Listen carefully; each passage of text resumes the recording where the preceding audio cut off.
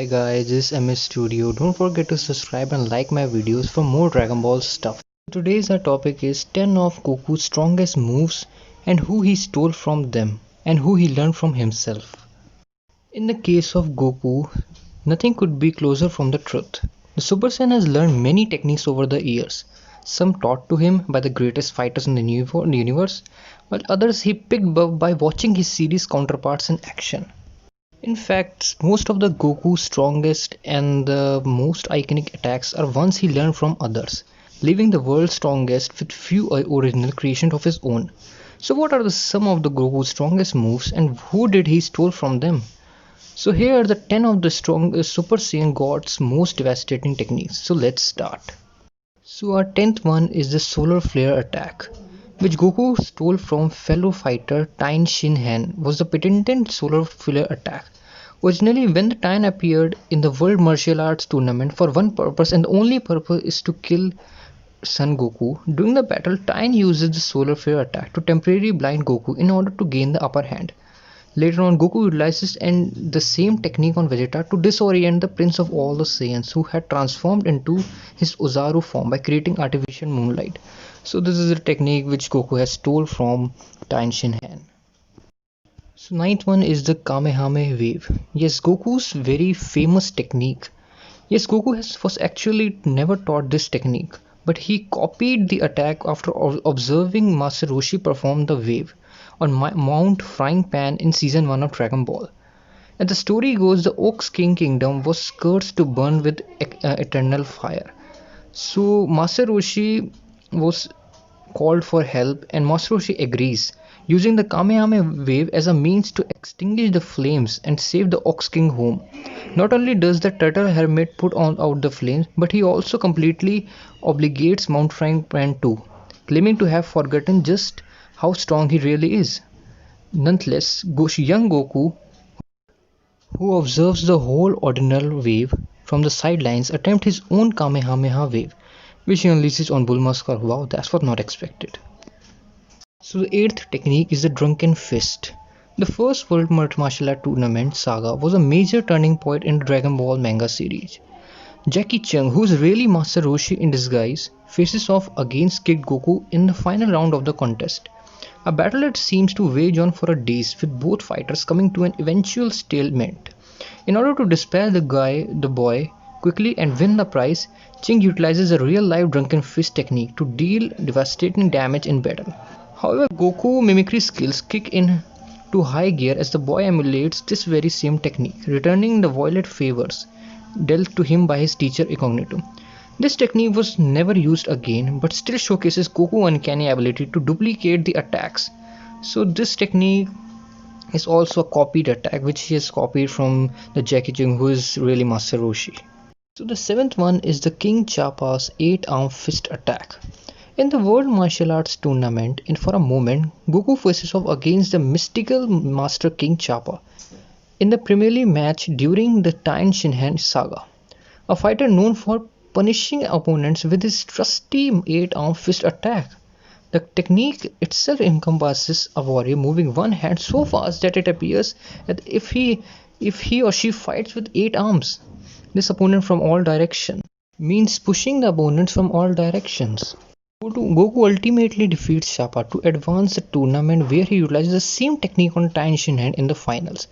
There Goku executes the maneuver flawlessly with strikes to the face, gut and sides. So this technique is also the copied technique which he has copied from King Chappa.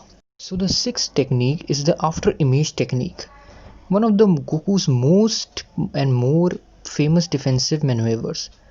The after image technique creates a ghostly apparition or image when the fighter moves faster than the eye you can see. The end result is the perfect decoy to distract one's opponent, opening them up for the key strikes from side or behind. This technique is also a borrowed technique from the great Turtle Hermit himself, Master Roshi. Kid Goku copies the after image on the fly, producing his own image to throw his undercover boss for a loop during the first martial arts tournament saga. Post-World Tournament, Goku continued the technique all through adulthood before ascending to more powerful forms. So the fifth one is the Kaioken attack, one of the Goku's all-time strongest moves. The Kaioken attack was a staple technique during the early seasons of Dragon Ball Z. After the Saiyan warrior's death in season 1, Goku travels to King Kai's planet to learn the art of Kaioken, a deadly new martial arts ability that heightens the user's strength, perception and speed. Hoping the Kaioken attack to be the game changer, Earth needs a fight against Vegeta and Nappa.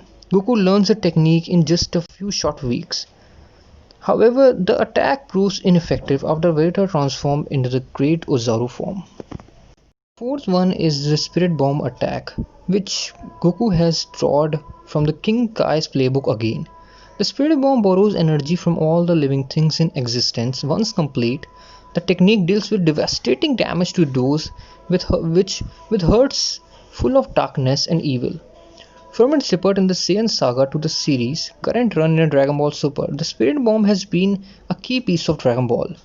However, like most weapons in Goku's arsenal, this too oriented with a master other than Kakarot himself. The third one is the Destructo Disc. This one comes straight from the Goku's best friend and childhood rival Krillin. The Destructo Disc premiered in Dragon Ball Z, the Saiyan saga, a powerful energy frisbee packed with the ability to cut through any object. Goku utilizes a Destructo Disc of his own later on in Dragon Ball Super during the Tournament of Power saga. Therein, Goku executed the technique to avoid suffering a death blow from Jiren's charged Kai's fist. So the second one is the Beerus Hakai attack. A god of destruction, Beerus introduced this doozy of a technique in the opening saga of Dragon Ball Super. The Hakai attack is the ultimate by all and all Deus Ex Machina, exclusive to the gods of destruction throughout the multiverse. With the Hakai attack, Beerus can obliterate whole planet at the mere wave of a hand. Enter the Goku Black Saga. Locked in an intense battle with Zamasu, Goku calls back to his earlier mimicry skills as seen in the original Dragon Ball series. Stealing right from the gods of destruction personal armory, yes, Goku indeed performs a Hakai, flattering his palm right in the Zamasu's face. Wow, that hurts. The first and the last is the Spirit Gun attack. In a more humorous reference to Dragon Ball old school rival Yoko Hukanu, Goku actually performed the Spirit Gun technique. Go on attack when the going gets tough. The Spirit Gun is a technique involving channelizing spirit energy into the tip of one's finger, then blasting it out in a straight column similar to Frieza's Death Beam attack. Where does Goku perform this little maneuver? During this battle with Caulifla and Kale, that's where. Here Goku quick draws a barrage of finger gun blast on his fellow Saiyans with lightning precision. So what do you think, guys? It's a stolen technique or Goku has learned this technique from others, right? So if you like the video, don't forget to press the bell icon to get notified with every Dragon Ball stuff I upload. So till then, enjoy.